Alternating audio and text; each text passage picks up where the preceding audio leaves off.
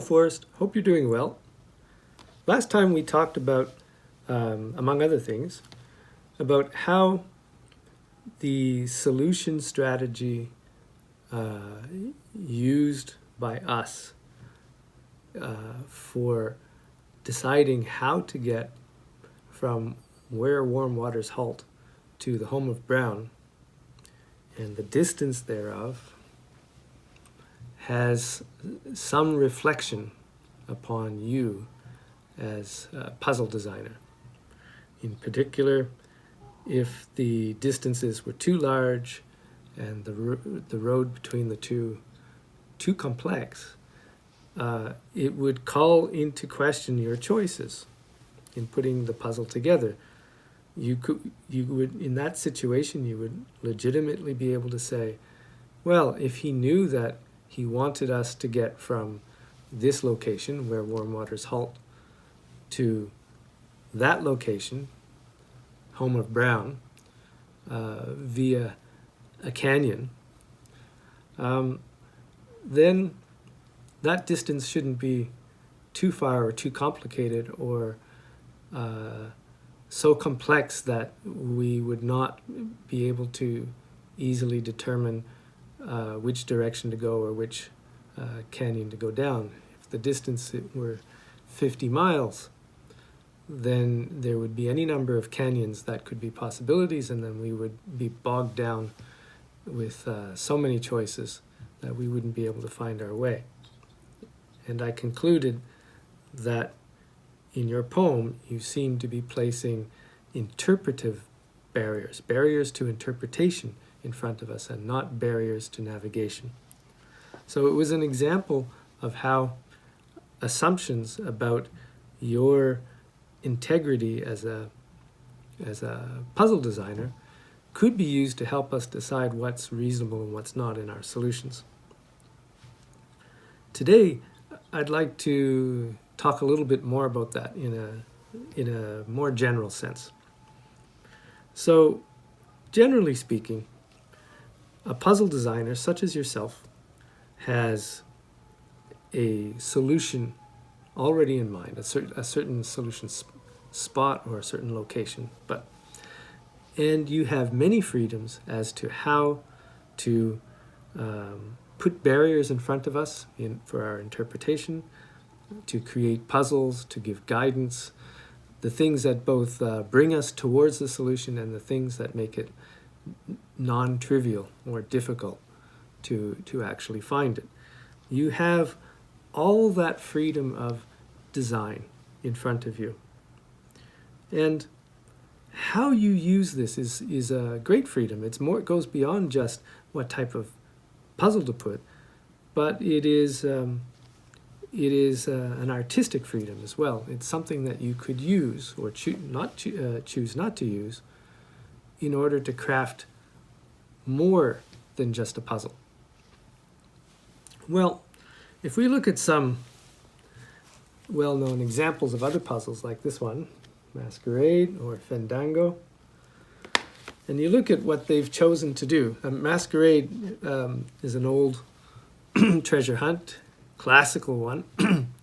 The solution for that one is known. Fandango is still ongoing.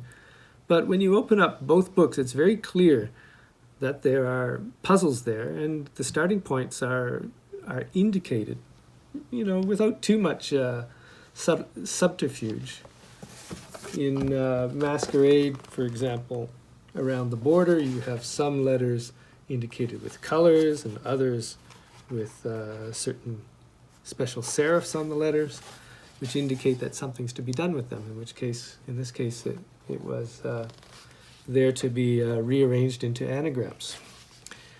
And for Fandango, you have elements of the image in the borderings which certainly look like they can be used to encode messages, sequences of colors running around the edge and other various patterns and things to be noticed. Books like this, think of this as the treasure hunt book or armchair treasure hunt mainstream, seems to celebrate puzzles for their own sake. They don't seem to need much in the way of external motivation. It's just a collection of puzzles, and of course there's, in the case of Masquerade and likely in the case of Fandango, there's some connection between the puzzle and the story. But the feeling that I get, and I would imagine many other people would have too, is that the puzzles are driving things. In your book, I don't get the sense that in your treasure hunt, the chase that you've put together for us, I don't get the impression that it's the puzzle that is driving everything. You have used the book to tell a story which is very personal to you. There are some details in this book which we know must have been difficult for you to write. You have exercised design choices in putting your book together which are very, very different from the mainstream. Okay, so for us to be able to solve your puzzle, we need to get to the bottom of the design choices that you've made when you've put things together. And when we propose a solution or try a solution attempt for your puzzle, if we disregard that motivation that you may have had and then just say, oh, we know about anagrams, so let's see if we can find an anagram, or we know about coding, let's look for a code, then we risk losing sight of what it is that you may have done, what sort of information might be there. We lose an important chance to narrow down the possibilities towards the solution that you've provided for us. So, where could this information be? Well, we were to start with the poem. But if we look at the poem, it doesn't say directly where to look for information to help decipher the poem. As I said in previous videos, overall the poem has a supportive instructional style to it. It doesn't seem to be using things like navigational barriers to prevent us from getting to the solution. The keys seem to be the interpretation of certain phrases within the poem. Perhaps wordplay is involved. Certain imaginative interpretations are certainly called for.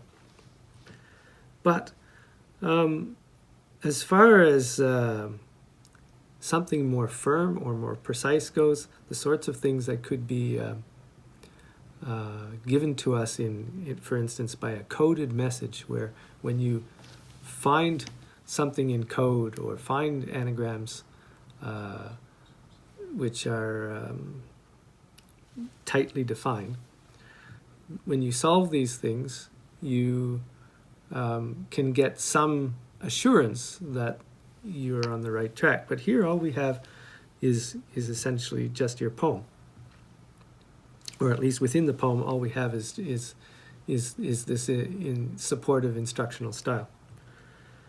There does not seem to be much room, other than a code, the possibility of some sort of code. There doesn't seem to be much extra information that could help us verify that any particular idea or solution that we might have for the poem is necessarily right.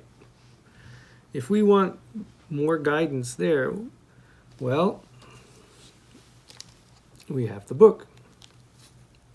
You've suggested to us that we study the book, study the poem, go back and forth between the two, think.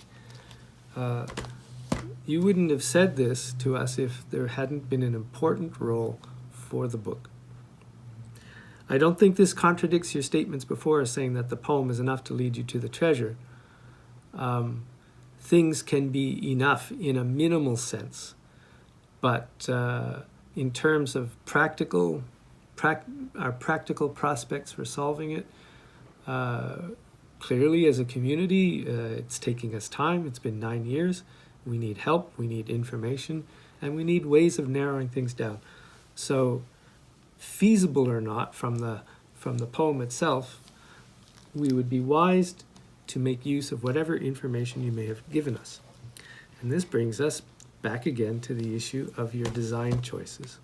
How would you have put this information in there for us? So the book, on the other hand, tells us a lot. It tells us what well, on the surface of it, your book is a memoir. It's reflections on a long, rich life, and it's roughly ordered from your childhood to through your career in the military, through your business as the owner of an art gallery in Santa Fe, and then taking us to your illness and your decisions and your thinking behind the starting of the treasure hunt. This is all on the surface, but there are themes, I think, that run through your work. There's a lot of reflection that you do in this work, and I think that if we are to successfully solve your puzzle, we need to confront the fact that these things were so important to you to write your memoir about, that this, I think, is the canvas upon which you've painted the puzzle. That any solution that trivializes these messages or experiences is not likely to be right. So, as an example, if we think, after reading your book, that because of your love of fishing, that we should run off and look just for a fishing spot and find one of your favorite fishing spots and the treasure will be there, I think that neglects a lot of the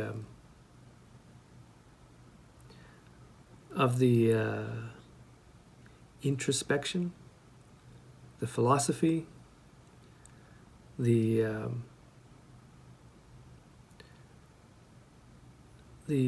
mood, the other aspects of the character of the later chapters in the book. If you look at something like My War for Me, clearly you write that chapter as if it were a major episode in your life, a turning point. You talk about things like time, eternity, one's place in society, connection with the past. In other parts of the book, connection with a community, with authority, with education. So many issues that seem to be important to you and personal to you. So to us, the community of solvers, I would say, how could we not think that you would not have exercised your prerogative as designer to incorporate these elements into the solution? Why would you give us such a personal insight into your feelings, into your principles, into your values, and into your experiences, and not want to have the solution to the puzzle and even the solution process? How could we not think that that would be reflected in some way into the puzzle itself? So this is a big claim to make. It runs against the mainstream, I think, of the thinking that's been going into the solutions of your puzzle so far. So this is something which, if I'm going to make that assertion that these things are there, these are things that I should be backing up. So next time, in the next video, what I'd like to do is to give an example showing that there are themes that have been hidden within the book, in the anomalies, or in the details that stand out within the book, that